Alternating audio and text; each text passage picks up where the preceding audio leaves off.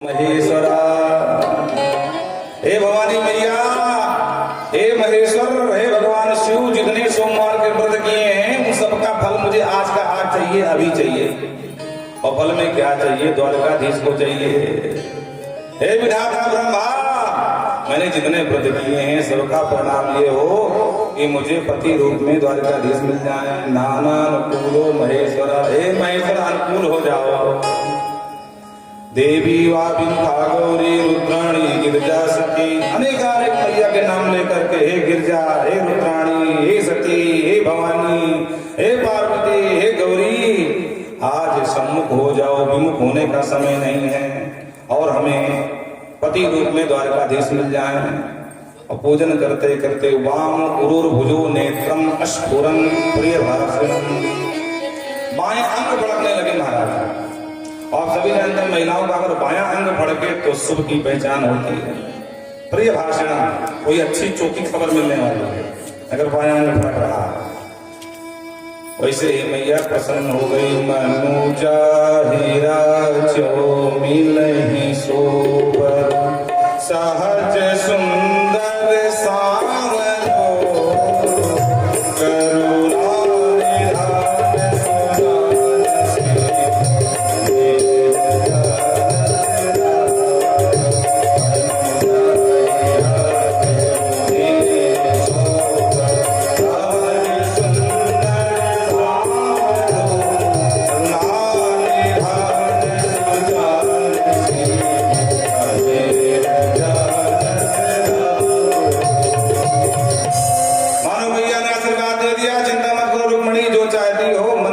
वरदान आपको दे दिया, पति में द्वारकाधीश ही मिलेंगे।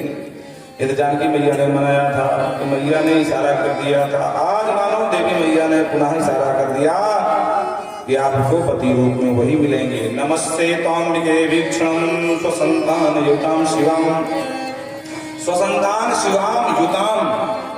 हे शिवा, हे शिवानी, बोलो राधे। मैया के नाम है, किसी का नाम नहीं ले रहे, मैया के नाम है शिवा, शिवानी, भवानी, जितने भी हैं। बोलो राधे राधे। बोलो वृंदावन बिहारी लाल की जय। तो कहती स्व संतान, हम आपकी पुत्री हैं, इसलिए आप प्रसन्न हो जाओ। मैया प्रसन्न हो गई और इधर जैसे पूजन करके बाहर निकली तो किसी भेदी ने जाकर बता दिया, ससुराल ससुराल बराती बन के हम ही सिर्फ यहाँ नहीं आए हैं। मतलब बोले वो छलिया नंद का छोरा, द्वारका में रहने वाला, द्वारकाधीश आपको बनाने वाला, वो भी मंदिर में देखे गए हैं। और जो शिशुपाल ने सुना कि द्वारकाधीश भी आए हैं तो मन में संशय हो गया कि ये छलिया क्यों आया। बोलो राधे राधे। क्योंकि इनका होना ही बहुत है वहां, कुछ दाल में खाला है। तो शिशुपाल ने आशंका व्यक्त करी। जरासंध ने कहा चिंता मत कर मित्र, अरे हम बराती बन के आए हैं तो सिर्फ रसगुल्ला खाने थोड़ी ना आए, लड्डू खाने बरात के, हम करेंगे रखवाली देवी जी की। तो ठीक है भैया।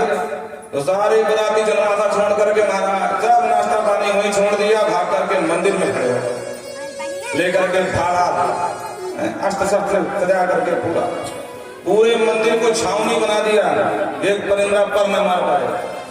ये जोरदार व्यवस्था कर दी।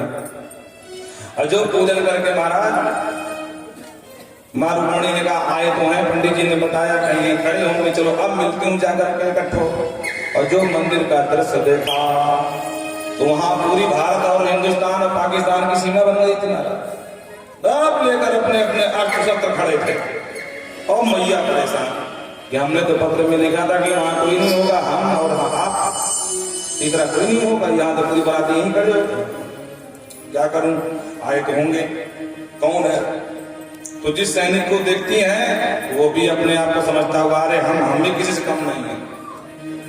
क्योंकि रुक्मिणी इतनी सुंदर है, इतनी सुंदर है, जिसके ऊपर थोड़ी देर नजर टिक जाती है कहीं ये तो नहीं है द्वारकाधीश, क्योंकि इससे पहले कोई मुलाकात तो हुई नहीं। अच्छा, आज का समय भी नहीं है कि मोबाइल से हेलो हाय बाय हो जाए, हैं? बोलो राधे राधे। उस समय तो भैया माध्यम क्या था? पत्र थे महाराज जी, तो पत्र पहुंच गया था। पर पत्र जिसने भेजा था ना उनसे और पत्र पाने वालों से प्रथम मुलाकात थी। तो कहीं ये तो नहीं है, तो वो भी कहता वाह देखो देवी जी हमें को पसंद करने लगता है, हमारा ही विवाह होगा लगता है इसे, है? तो जिसकी तरफ दृष्टि डाल लेती है वो भी निहाल हो जाता है, वाह भैया। वो सबको नकारते दूर खड़े थे द्वारकाधीश रथ में, और जो इशारा किया देवी जी बिल्कुल मत घबराओ, अभिवादन का इशारा है, आजकल दूसरे प्रयोग में होता है, बोलो राधे राधे।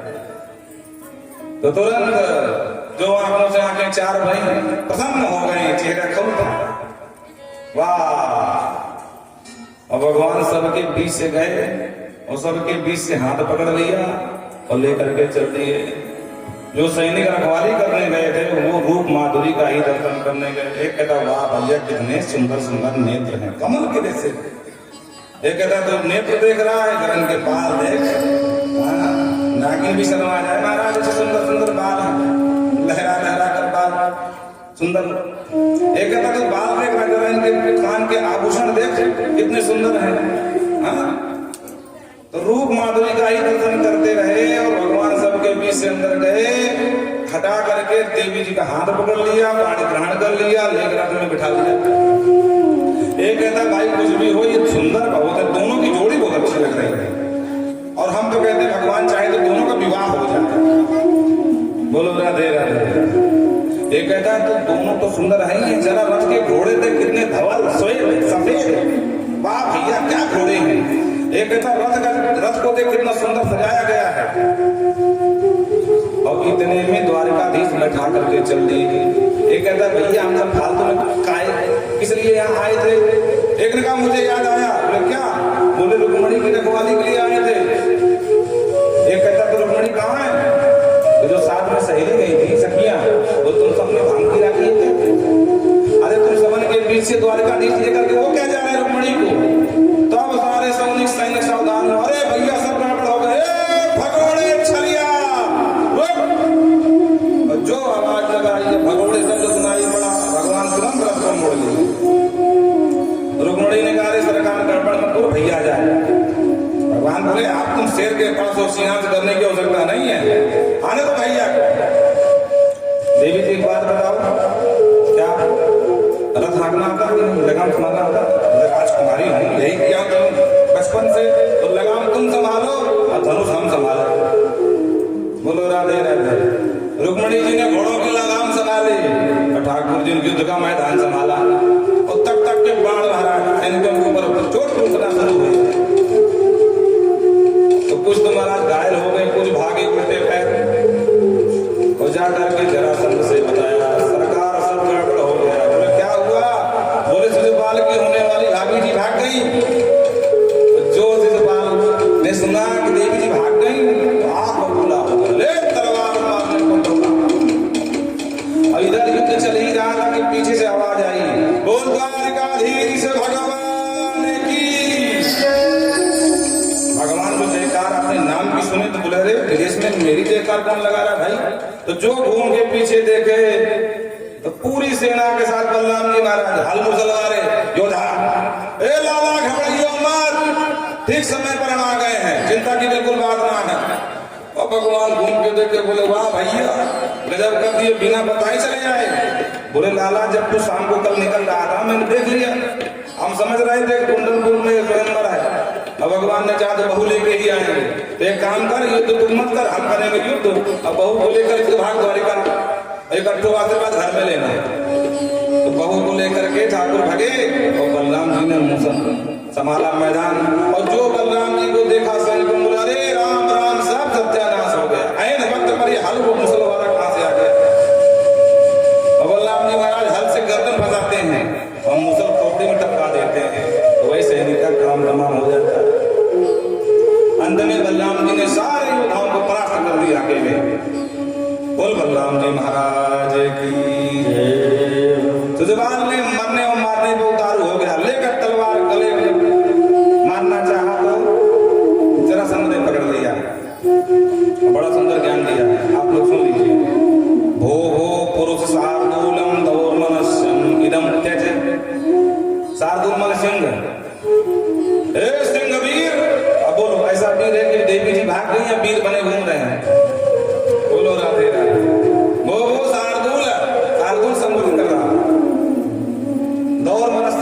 लेते हैं। इस दौर मनुष्य को त्याग दो, इसे कभी किसी का भला नहीं हुआ। कौन कह रहा है? जरासंध कह रहा है। और कौन जरासंध? जो 17 बार आक्रमण किया, 18वीं बार मथुरा में कब्जा किया, वो समझा रहा है। बोलो, ये हाल है। पर उपदेश कुशल बोलते रे और जिन आचरण नर न घनेरे। कहता है न प्रिया प्रियो राजन निष्ठा देहु त्रसते। न कोई किसी का प्रिय है, न कोई किसी की प्रिया है। सब स्वार्थ के रिश्ते नाते हैं, सब स्वार्थ का संबंध है। या कोई किसी का नहीं है। न आत्मो न परश्चापी, न कोई अपना है न कोई पराया है। न दिन हो न जन्म के ऊंचा। इसलिए 100 सप्ताह दशाहम वैसे मुआन पराजिता। अरे मुझे देख, इसी छलिए ने, इसी द्वारकाधीश ने मुझे 17 बार हराया, सप्ताह 10 युद्ध में, पर मैंने भी हार नहीं मानी। बार बार लड़ता रहा और 18वीं बार जाकर के जीत पाया हूं। और तू पहली हार में हार मान लिया। बेचारा जा रहा था आत्महत्या करने, कि आया था ब्याह करने देवी जी को लेने, डोला लेकर के, और वापस सुना डोला जाएगा या डोली जाएगी, जो समझ लो। बोलो राधे राधे। तो भाभी मजाक कर रही, बड़े आए थे, विवाह करने गए थे, अब क्या हुआ?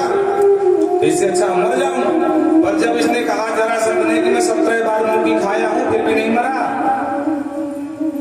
तो मन में सोचा जो हमसे बड़े बड़े बेशरम जिंदा हैं, 17 बार हार कर भी जिंदा रहे, हम तो पहली बार हारे हैं भैया, तो हम काहे मरे?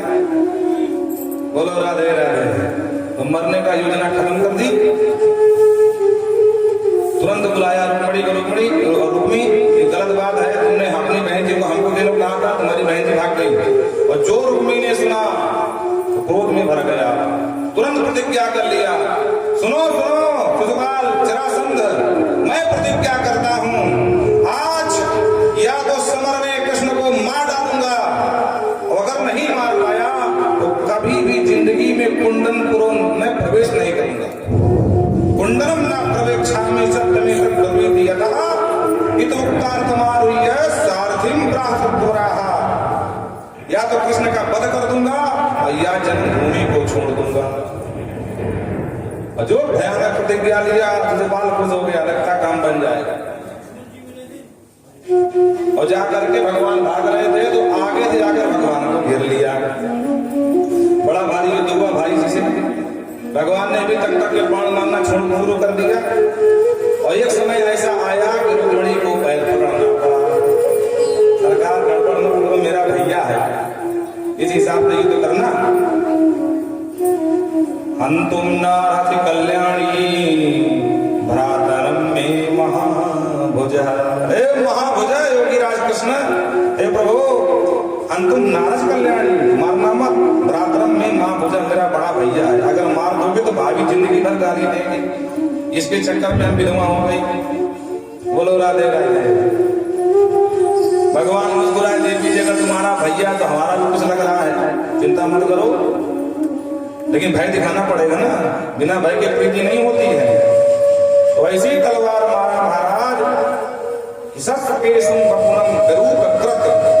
तलवार मारा कि ऊपर के पूरे बाल ही साफ हो गए सर के। न छुरा का काम न ब्रेड का काम, तलवार से बाल उड़ा दिया महाराज। और पीछे से बलराम जी आ गए, तो बलराम जी ने मौके की बात संभाली। एक कन्हैया, गलत बात, ये क्या तरीका होता है?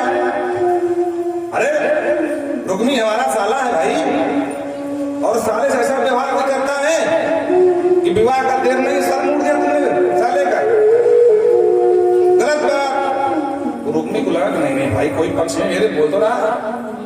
थोड़ा क्रोध शांत हुआ, धीरे से बोले, सुनो रुक्मी, हम भी कोई कुमड़े की पतिया नहीं है।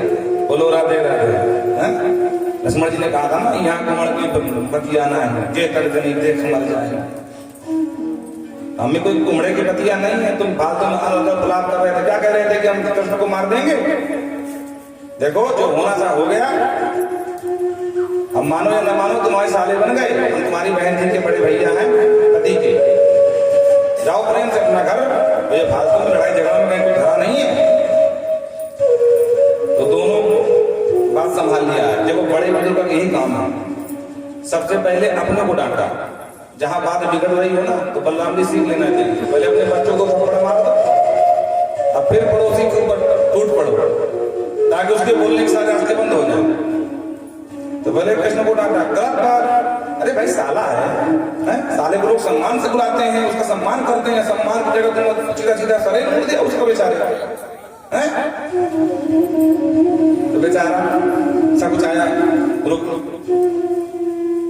लेकिन अंत में ये कुंडनपुर को गया ही नहीं, अलग से राजधानी बना करके अलग नगर बसा, पूरी जिंदगी ये कुंडनपुर में नहीं गए। बोलो राधे राधे। हाँ, क्योंकि राजवंशी राजा है, प्राण जाए पर वचन न जाए, तो वचन की बड़ी महिमा होती थी। इस तरह से रुक्मिणी जी के साथ सांगोपांग विधि से भगवान का विवाह संपन्न हुआ। बोल रुक्मिणी कृष्ण भगवान की जय, बोल वृंदावन बिहारी लाल की जय। सुखदेव बाबा कहते राजन, इन्हीं रुक्मिणी जी का पहला जो पुत्र हुआ वो काम था जो प्रद्युम्न के रूप में जन्म हुआ जिसका, क्योंकि तो भगवान शिव ने जब जला दिया था और देवी रति काम की जो पत्नी है उन्होंने याचना करी, तो बाबा शिव ने कहा था हरे कृष्ण तनय होई है पति तोरा, कृष्ण तनय होई है पति तोरा, वचन का होई नूरा,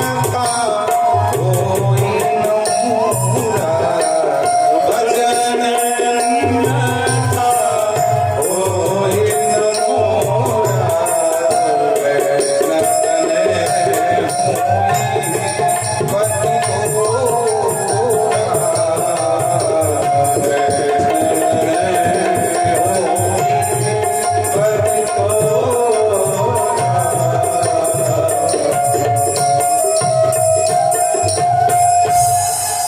तो वही समय आया और जब 6 दिन के थे उनका नाम प्रद्युम्न हुआ, तो सम्राट नाम का दैत्य इनको प्रसूतिका कक्ष से उठा ले गया। बोलो राधे राधे। लेकर के समुद्र में फेंक दिया। एक विशाल मत्स्य मुंह फाड़ करके दौड़ा और उस गुल्ले की तरह समूचा ही बालक को निकल गया। एक मछुआरे ने उसको पकड़ लिया और मछली का पेट फाड़ा तो बालक निकल आया जीवित। बोलो राधे राधे। बाल नवा का कर सके सब जग बैरी। भगवान इसको बचाना चाहते हैं तो कहीं भी बचा सकते हैं। वो बेचारा गरीब था तो उसने लेकर के महाराज सम्रासुर को ही समर्पित कर दिया। सरकार ये मेरा लाल मेरे पास घर में खाने को लाले हैं, मैं चाहता हूँ आपकी कुछ, तो ठीक है तू बन जा मेरा रसोइया। तो वही मछुआरा बन गया रसोइया और वहीं पहुंच गया लाल। तो समस्या एक खड़ी हो गई कि बालक को कोई पुरुष नहीं पाल सकता, माँ ही एक पाल सकती है।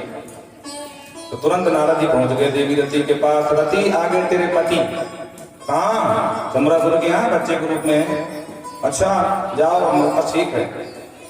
तो देवी रति ही बन गई मायावती। बोलो राधे राधे। आप लोग हंसते हो, हम सच बता रहे हैं। मायावती नाम लेकर के और सम्रासुर के यहाँ नौकरी मांगने गई।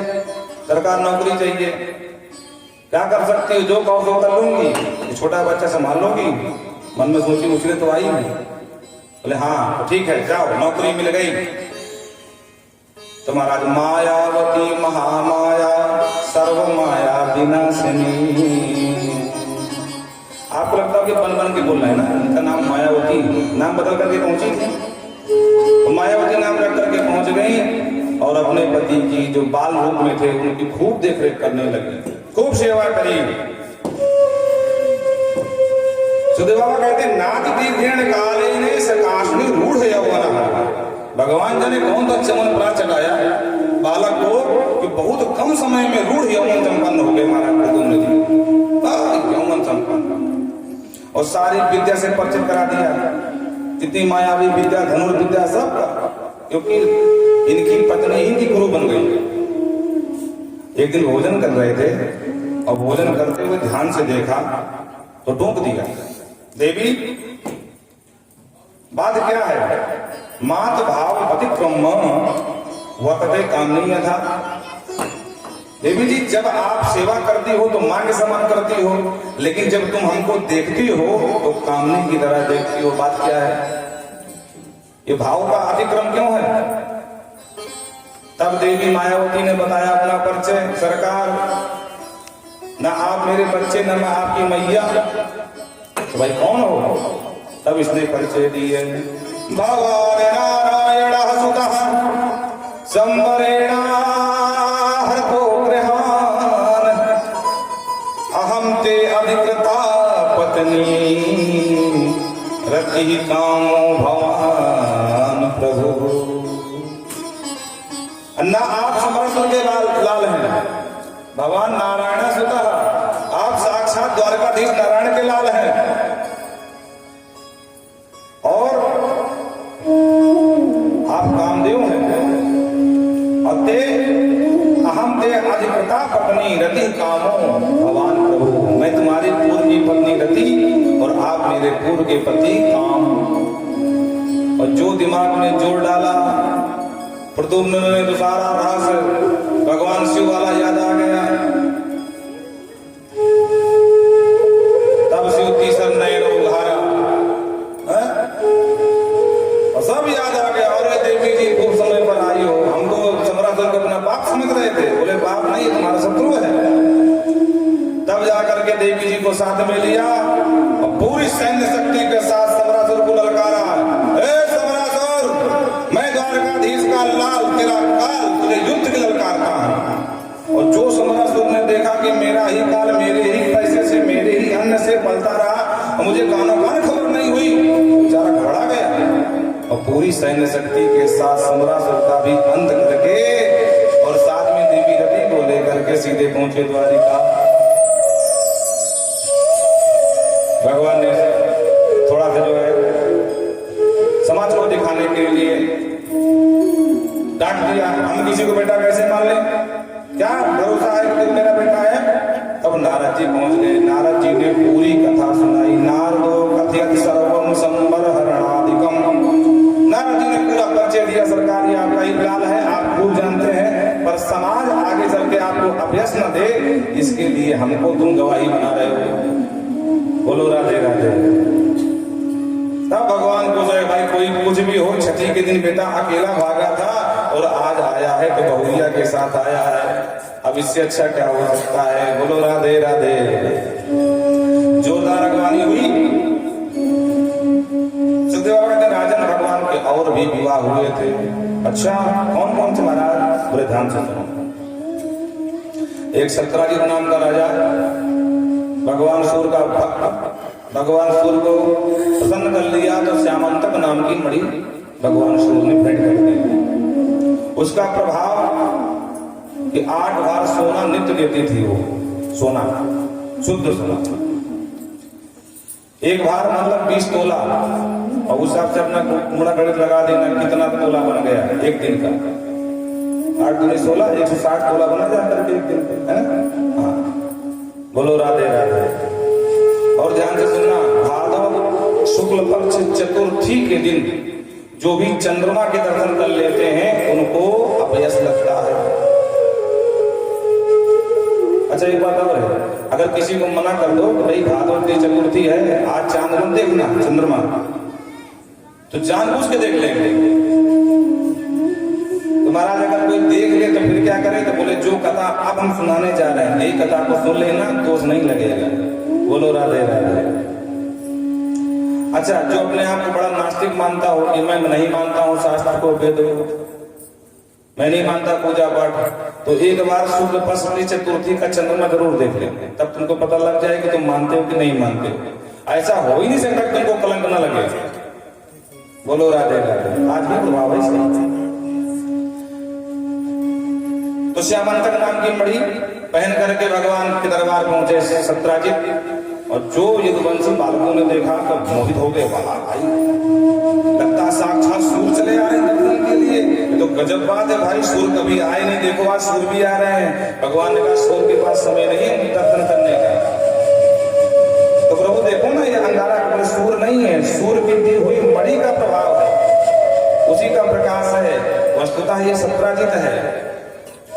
सत्राजित आए, प्रणाम किए, कुछ राजनीतिक चर्चा किए, और जब जाने लगे तो धीरे से भगवान के जो छोटे छोटे बालक थे, भगवान के बालकों ने कहा कि भैया आपकी ये मणि बहुत जोरदार है, और हमारी इच्छा है कि ये मणि आप हमारे द्वारकाधीश को दे दो भेंट के रूप में। आप छोटे राजा, द्वारकाधीश बड़े राजा, तो नाक सिकोड़ते हुए बोला तुम्हारा दिमाग तो सही है ना, तो कोई फालतू की चीज है?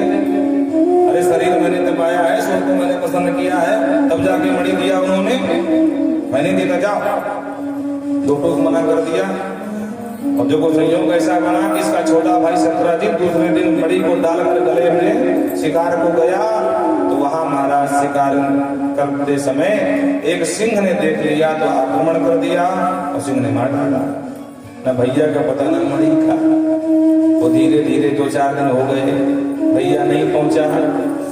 सत्राजित ने देवी जी से कहा, देवी जी अभी कोई प्रमाण तो है नहीं, लेकिन एक बात पक्की है कि मुझे लग रहा है कि मेरे भाई की हत्या हुई है। किसने किया? बोले और कोई नहीं कर सकता है। जो बहुत बड़े लोग होते हैं ना, उनके जब कर्म सुनो तो शर्म आती है।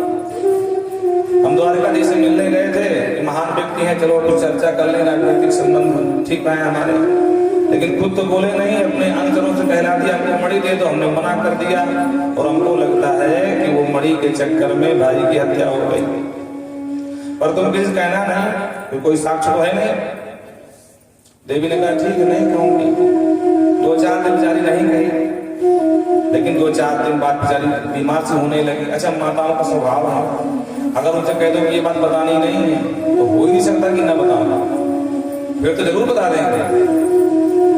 भगवान जाने कैसा इनका स्वभाव होता है। दिन भर में 5-6 रोटी हजम हो जाएंगी, पर कोई बात नहीं हजम होती है। बोलो राधे राधे। तो 2-4 दिन नहीं बताई, फिर थोड़ा सा कुछ ज्यादा ही पेट खराब हुआ, हमारा हाजमा बिगड़ा, क्योंकि पेट में बात बचती नहीं इनकी। तो अपनी अतरंग सहेली से कहा, बहन पूछ लिया, आजकल तो बहुत सूखा मुंह लिए घूमती है, क्या बात है? बस ठीक है, नहीं कुछ तो है। अच्छा बहन तुम मुझसे न बता, मतलब मैं पढ़ाई हूँ। तब इसने कहा, बहन देख बात ही ऐसी कुछ है कि बता नहीं सकती हूँ, लेकिन अगर तुम किसी से ना कहे तो बताऊंगा। उसने कहा ऐसे किस बात, मैं नहीं कहूंगी, तुम बता दे प्रेम से। उसने कहा, बहन मैंने आज तक काऊ से न कही, अब तो ध्यान दियो। उसने कहा, जैसे तूने ना कही वैसे मैं भी ना कहूँ कहने वाली, तो बता दे बस। तो उसने पूरी बात बता दिया, बहन ये बात है, हमारे देवर जी की हत्या द्वारकाधीश ने करवा दी। वो बेचारी वहां तो कह दिया कि नहीं बताऊंगा, और जैसे ही वहां से मुड़ी और रास्ते में जितनी मिली महाराज, ललिता, वनिता, शिवानी, भवानी, सती, उम्बा, अंबिका, जानकी, जितने मिले सबके कान में बताती चली आई, करणे करणे च पंजना। जैसे जंगल में आग फैलती है, उसी तरह कानों कानों से वो बात द्वारिका पहुंच गई। और जो द्वारकाधीश ने सुना, बोले वाह, अथो लेना न देना मगन रहना, फालतू में कलंक ले लिया। डांटा बच्चों को, तुमने कहा था? बोले हाँ सरकार करती हो गई। कहा तो था हमने, बोले तुम्हारे कहने के चक्कर में बदनामी ऊपर दिया गया, क्योंकि भगवान ने चंद्रमा के दर्शन कर लिए थे, तो ये कलंक लगना था। भगवान बोले कोई बात नहीं, चलो अब ढूंढते हैं। तो 2-4, 10-15 साथ में लिए सैनिक तो जंगल में पहुंचे। तो घोड़े में चढ़कर गया था, तो घोड़े के पद चिन्हों को देखते देखते आगे बढ़े। एक जगह घोड़ा मरा पड़ा, प्रसेन भी मरा पड़ा, और वहां से सिंह के पद चिन्हों को देखा। आगे बढ़े, जब कुछ दूर आगे गए तो शेर मरा पड़ा। वहां से रक्षराक्ष जामवंत के पद चिन्हों को देखते देखते पहुंच गए सीधा जामवंत की गुफा तक। बोलो राधे राधे। ध्यान से सुनना, आज कल की बात है, कल से कोई नहीं कहेगा महाराज कि ध्यान से सुनना। कौन कब आए कि ना आए, क्योंकि ये देह क्षण भंगुर है, कोई किसी का भरोसा नहीं है। एक पूज्य महाराज जी थे, क्या नाम था, राजेश्वरानंद जी, बड़े अच्छे रामायण जी थे। रामायण की बहुत अच्छी रामचरितमानस की कथा करते थे। और ऐसा संयोग बना कि रामचरितमानस की कथा ही शायद 4था दिन था, और कथा करके अंदर गए और रात में ही साकेत धामवासी हो गए। कथा ही नहीं पूरी कर पाए, ऐसा जीवन रहा। चलते नहीं, भटक जाएंगे। बोलो राधे राधे। तो ध्यान से सुनना, आज भर की बात है। अब 6 दिन झेले हो तो 1 दिन और सही हमको और झेलिए। बोल वृंदावन बिहारी लाल की जय। तो सीधे जामवंत की गुफा पहुंच गए।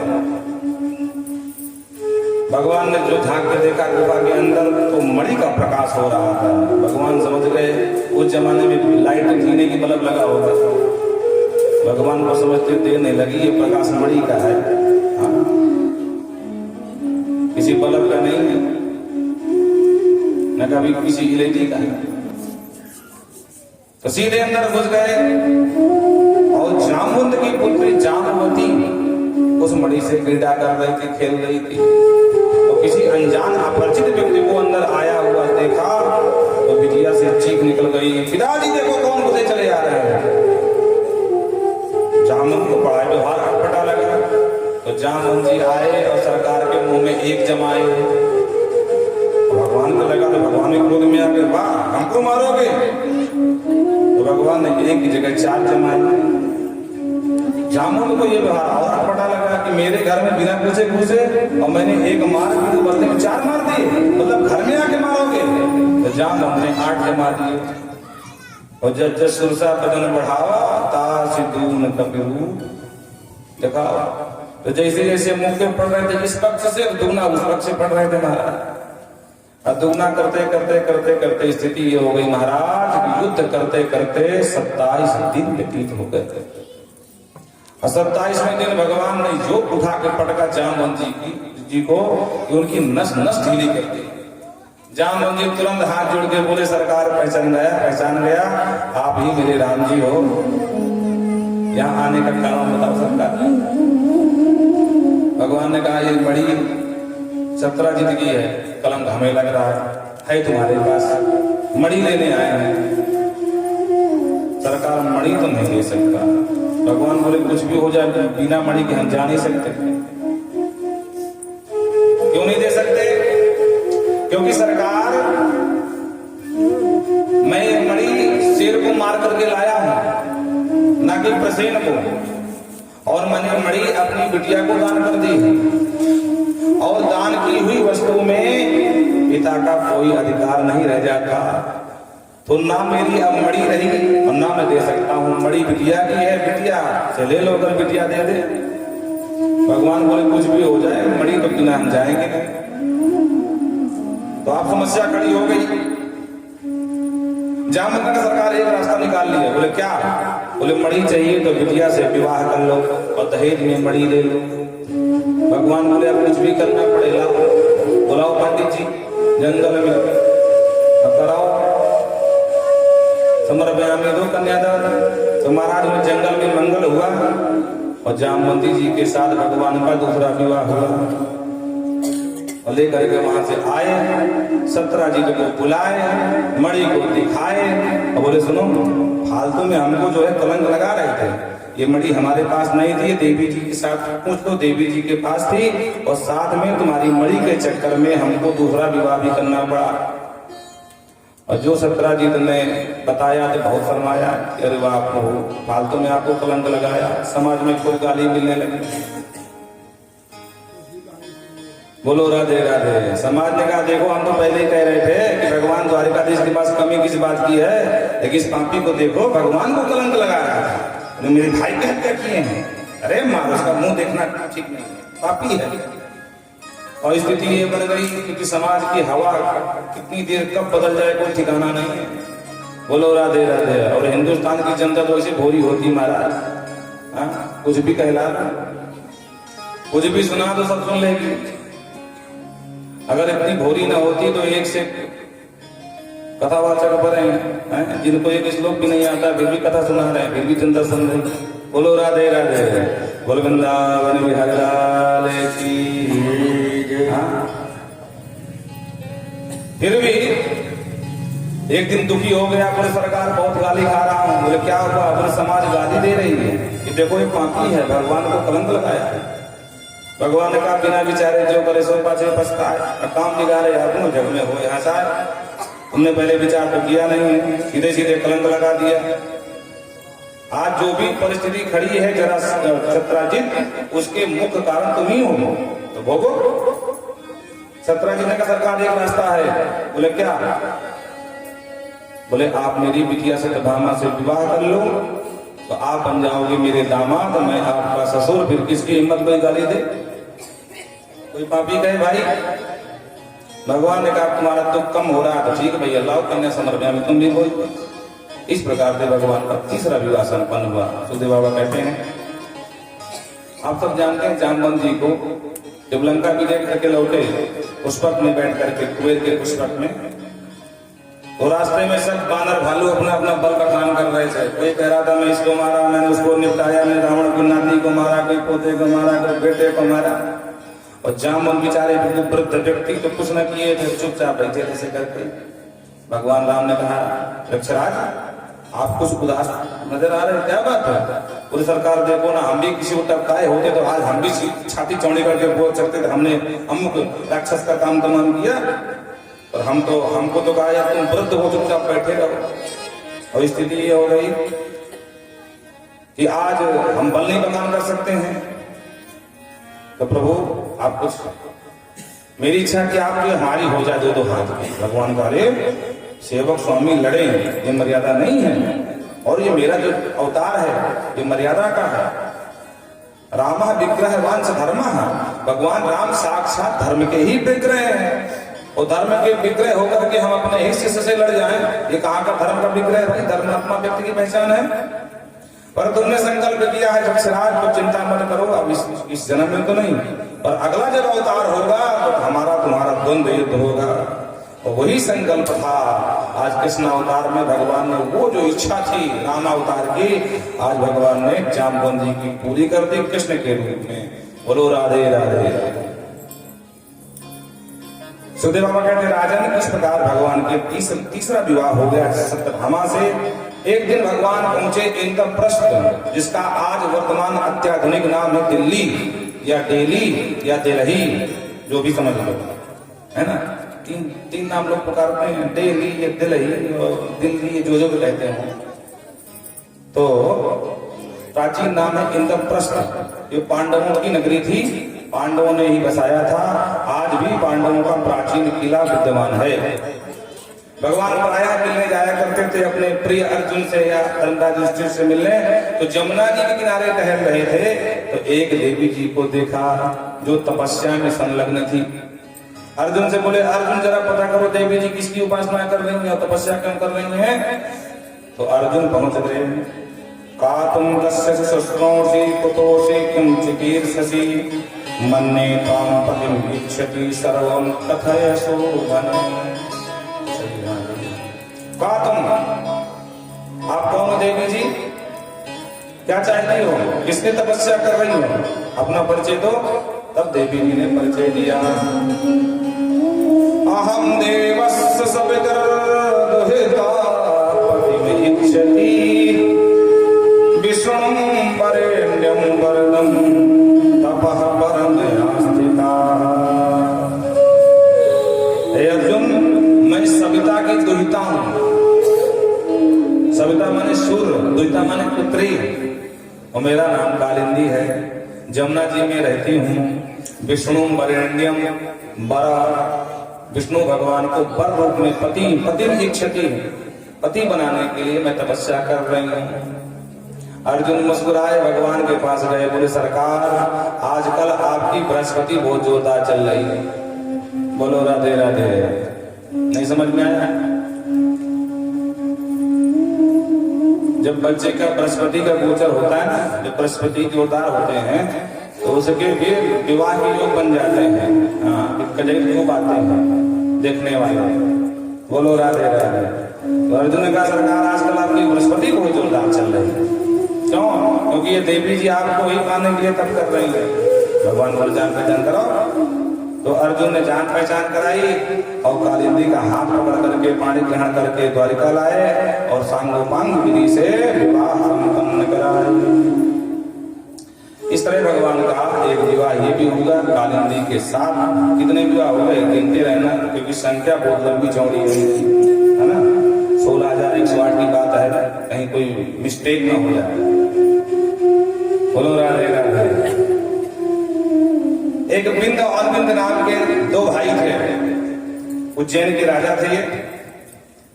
बहन जी का स्वयंवर रचाया। बहन जी से कहा, बहन जी सुनो, स्वयंवर तो रचाएंगे, क्योंकि राजाओं की परंपरा थी, स्वयंवर रचाना पड़ता था। स्वयंवर का मतलब स्वयंवर, कन्या अपने ही इच्छा अनुसार वर का चयन कर ले, उसका नाम स्वयंवर। पर भाइयों ने कहा, सुनो, स्वयंवर तो होगा, पर आप स्वयंवर का चयन नहीं कर सकती। फिर बोले, दुर्योधन के गले में माला डाल देना। क्यों? क्योंकि 100 भैया हैं और उनके पिताजी राजा हैं, और अगर दुर्योधन हमारे संबंध जुड़ गए तो हमारे राजनीति के लाभ मिलेंगे। अगल बगल छोटे मोटे जो शत्रु आंख दिखाते हैं ना, सब अपने आप डर जाएंगे। बोलो राधे राधे। पहले उस काल में ऐसे बहुत बड़े विवाह होते थे। हमको अभी भी याद है एक घटना। एक व्यक्ति बहुत परेशान था अपने पड़ोसियों से, उसने अपने बिटिया एक डकैत के ब्याह दी थी हमारा। बोलो राधे राधे। हाँ, सच घटना है, ताकि ये डर जाए हमसे, इनके दामाद डकैत थे, चंबल में उतर हैं। बोलो राधे राधे। तो पहले राजनीतिक लाभ लेने के लिए भी संबंध विवाह हुआ करते थे महाराज। बहन जी का, ठीक है भैया, कोई बात नहीं है, आपको स्वयंवर की तैयारी करो। लेकिन मित्रविंदा नाम था इनका, ये भगवान द्वारकाधीश को ही पसंद करते थे। तो भगवान को कहीं से पता चल गया कि स्वयंवर है उज्जैन में, तो भगवान तो नटखट है ही है, तो बिना बुलाए बाराती की तरह पहुंच गए। बोलो राधे राधे। और बहन जी जब लेकर के जयमाला बाहर निकली तो सब देश देश के भूपत नाना सब बैठे थे, और भगवान सामने से द्वारकाधीश चले आ रहे थे।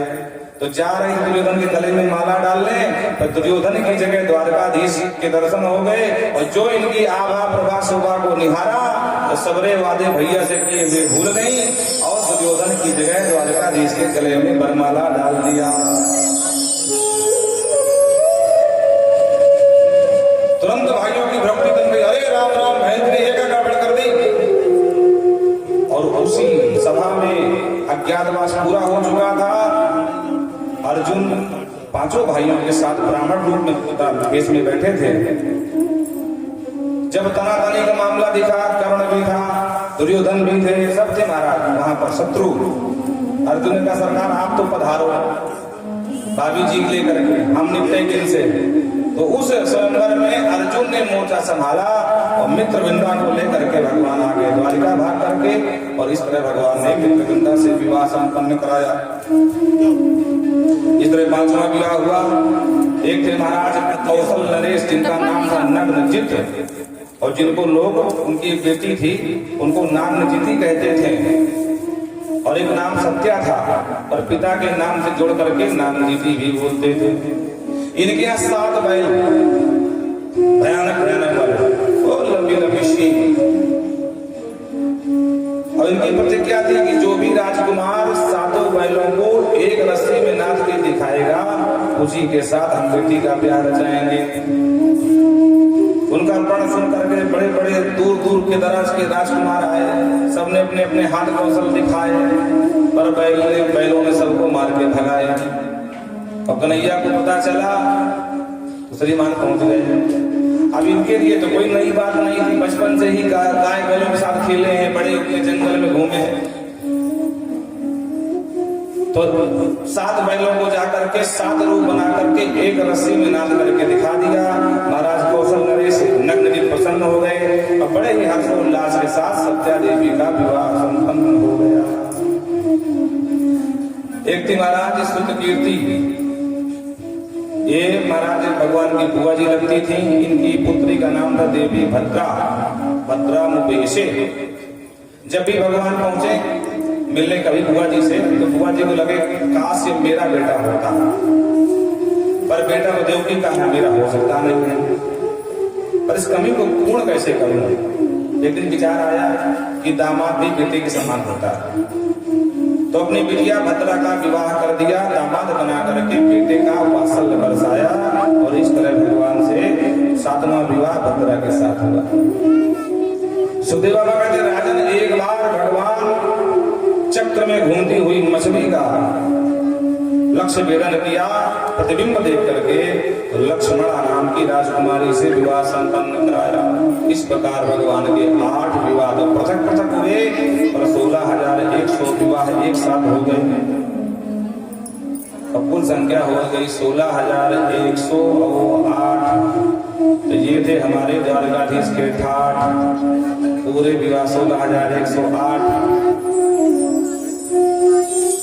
कालांतर में 10-10 बेटा के बिटिया भाई, और होते करते एक दिन इनके ही परिवार की जनसंख्या 56 करोड़ पहुंच गई। बोलो राधे राधे। सुखदेव बाबा से परीक्षित ने पूछ लिया ये 16,100 बिटिया कहाँ से गई भाई? तब ध्यान से बताया राजन, एक नरकासुर नाम का दैत्य था। भूमिपुत्र होने के नाते इसका नाम भौमासुर भी था। इसने जब सुना कि कन्हैया ने रास रचाया है तो इसने भी योजना बनाई कि हम भी रास रचाएंगे। तो जिस राजा को हराता वहां से सारी कन्याओं को उठा करके हर के ले आता, अपने जेल खाने में डाल देता। ऐसा करते करते 16,100 कन्याओं का अपहरण कर लिया इसने। और एक दिन नारद जी पहुंच गए, भगवान से बताया आपके होते हुए 16,100 अबलाओं की ये स्थिति है कि बंदी बन के रह रही है। एक ऐसे धर्म की स्थापना है आपकी।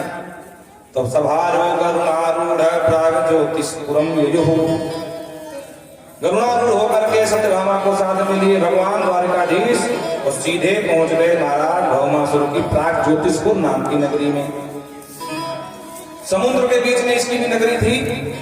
दरवाजा मात्र एक, और एक दरवाजे में एक राक्षस रखवाली करता था जिसका नाम था मुर, जिसके 5 मुख थे महाराज। और जो मुर ने देखा करुण में बैठे हुए सरकार को तो पूरी शक्ति के साथ सामना किया। भगवान ने अंत में सुदर्शन छोड़ करके मुर का वध कर दिया, और इसलिए भगवान का एक नया नाम जुड़ गया, मुरारी। बोल मुरारी भगवान चक्रेण जहार ली गया। सिद्धिवागर राजन लीला खेल खेल में सिर का चक्र से चक्रेण, और इसके 8 बेटा थे दौड़े मारने को भगवान ने उनको भी निपटा दिया मुर्गे। अंत में भौमासुर को ललकारा, सावधान भौमासुर ने भी पूरी शक्ति के साथ सामना किया। अंत में भौमासुर का भी वध करके 16,108 जो कन्याएं बंदी थी उनको मुक्त कर दिया। कहा जाओ आप अपने अपने घर चली जाओ। तो जो बंदी थी कन्याओं ने कहा आप कौन सा घर, किसका घर, कहाँ जाए? पहली बात तो दुनिया के कोई भी माता पिता किसी के जिसे हमारे अपनाएंगे नहीं, क्योंकि इस दुष्ट के यहाँ बंदी रही है। अगर माता पिता अपना भी लें तो दुनिया का कोई भी राजकुमार हमारा वर्ण नहीं करेगा, हमसे विवाह नहीं रचाएगा। तो हमको तो लग रहा है कि अब हम इसी सागर में समुद्र में अपने आप को विसर्जित कर देंगे। भगवान मुस्कुराए, भगवान ने कहा देवियों जिसके लिए सबके दरवाजे बंद हो जाते हैं तो मुझ द्वारकाधीश के दरवाजे हमेशा खुले रहते हैं। अगर तुम्हें कोई दूसरा रास्ता न नजर आवे तो प्रेम से हमारे घर के दरवाजे खुले हैं। सब कन्याओं ने सरकार की रूप माधुरी का दर्शन किया तो एक पल में ही स्वीकृति प्रदान कर दी, और सब कन्याओं को लेकर के गरुड़ में बिठा करके भगवान आए द्वारिका। 16,100 अलग अलग रूप बनाए, 16,108 100 पंडित जी बुलाए और 16,100 कन्याओं के साथ विवाह संपन्न कराए। इस तरह 16,108 की संख्या पूरी हुई। बोल वृंदावन बिहारी लाल।